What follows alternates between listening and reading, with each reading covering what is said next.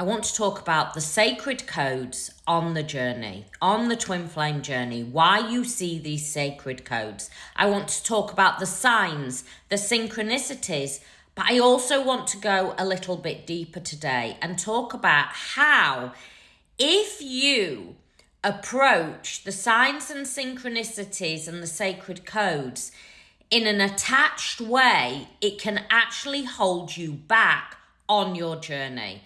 And this is powerful, and this is what I often see when I do one-to-one coaching or in my group coaching calls. People are slipping up and keeping themselves locked in their own cage on the journey. The twin flame journey is the most powerful journey and life-transforming journey that you will ever encounter. But there are many times on the journey where, when you're attached from the mind and ego, it will keep you held in your own prison, in your own pain, in your own endless searching. So let's talk about the sacred codes. Let's talk about the signs and synchronicities and go a little bit deeper. If you're on a twin flame journey, without doubt, you will be bombarded by signs and synchronicities. Now, these signs and synchronicities in that first meeting, in that first bubble love phase, will start to show up. And you will start to see them everywhere. And at first you will ignore them, but there will become a point on the journey where you can no longer ignore them. Now, Divine Masculine also sees signs and synchronicities, but not in the most powerful way like you do. They will see them, and a lot of the time they will just brush it off and go, well, that's weird. They may even mention it to you, but they'll just go, that's funny, I'm seeing this. Whereas you, as the more spiritual twin and the more advanced twin, i.e. in that conscious part, remember, you as a divine feminine, and I want to remind you again, because often people will say this to me, it is not to gender. You may identify as male, but still be that divine feminine frequency. It is the chasing energy. It is the one looking for the information. If you're looking for the information, if you're trying to figure this out, you are the divine feminine. Whether you identify in physical as male, you are still the feminine in this frequency. And so you, as the spiritual twin that is leading the connection, remember everything in nature, remember birth, it is the creation energy. You hold that creation energy as a divine feminine. And so you will start to, the Kundalini is now activating within you. The Kundalini is different to a spiritual awakening. A spiritual awakening collapses the identity, whereas a Kundalini activation activates the divine frequency within. Now, you as a divine feminine, you on a twin flame journey, you will have both. You are going through an awakening, a spiritual awakening. You're also going through a Kundalini activation. There are people, though, that aren't on a twin flame journey that will just have that spiritual awakening. But you are now going through, and this is why it feels so painful, why it feels so rapid, why it feels like it is bombarding you, and you can't even catch your breath, because what you are going through and the deep transformation at the level of the mind, at the emotional level, your nervous system, your spiritual, your physical, your soul level, everything is going through this rapid transformation. Those signs, those synchronicities, what are they?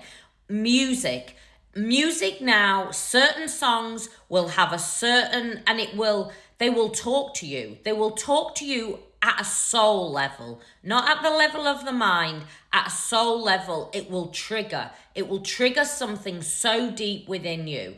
There will be certain dates, there will be certain names, Animals will follow you on this journey, whether it be the stag, the swan, the butterfly, the crow.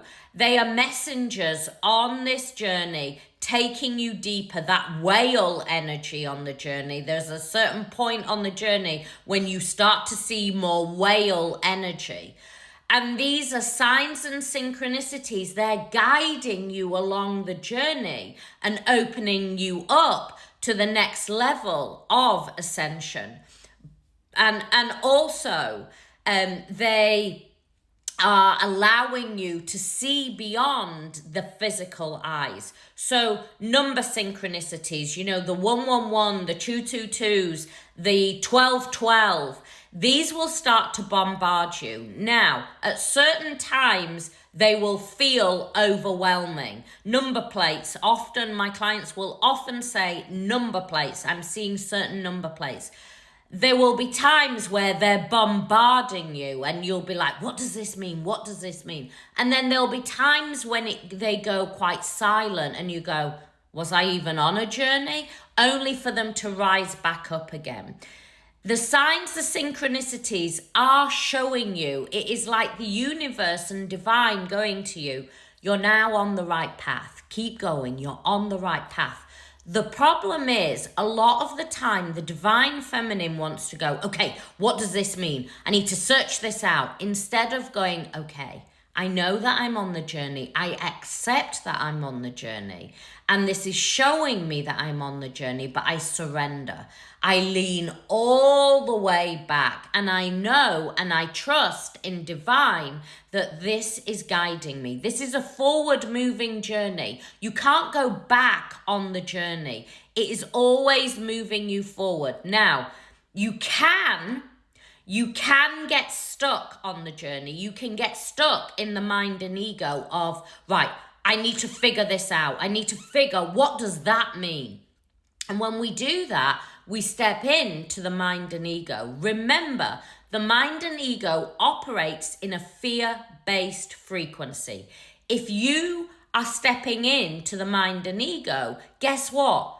Your energy, your frequency is now getting into a fear-based frequency, trying to figure it out. One of the things that the divine feminine tries to do on this journey is to control the journey. The journey is not about you controlling. You're here as the divine feminine, as that creative life force frequency, to transmute, to alchemize the energy. Not to hold on and to try and control. When you try and control on this journey, guess what? What is going to rise? Fear-based frequency. What is this journey? This journey is all about energy and frequency. Your divine counterpart will instantly respond when you let go, when you surrender, when you go into that flow, that ebb and that flow, and that creative and that higher consciousness frequency. When you let go at the deepest level, they feel it, but they're not feeling it from mind and ego or what they're seeing.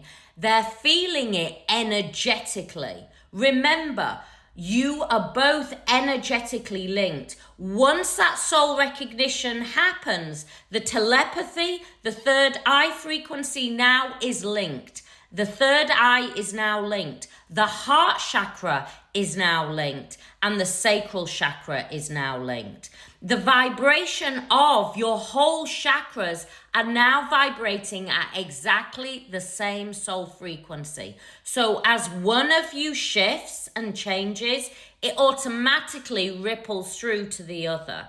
But you as a divine feminine, you go first. So when you let go, when you fully detox, when you start to come into your sacred power, your sacred energy, and acknowledge those sacred codes and those signs and those synchronicities, but you don't attach on, that's when the journey changes. If you're ready to start to really make that quantum leap and really start to shift your journey, On the 1st of December, we start detox. We go for a full 30 days where we support you every single day, step by step by step, of how to let go, how to surrender, how to really come into your divine sacred power and your inner union. It's all there on my website, my Twin Flame course, the A to Z of the journey. My website is www.catsacredsoul.com. Much love.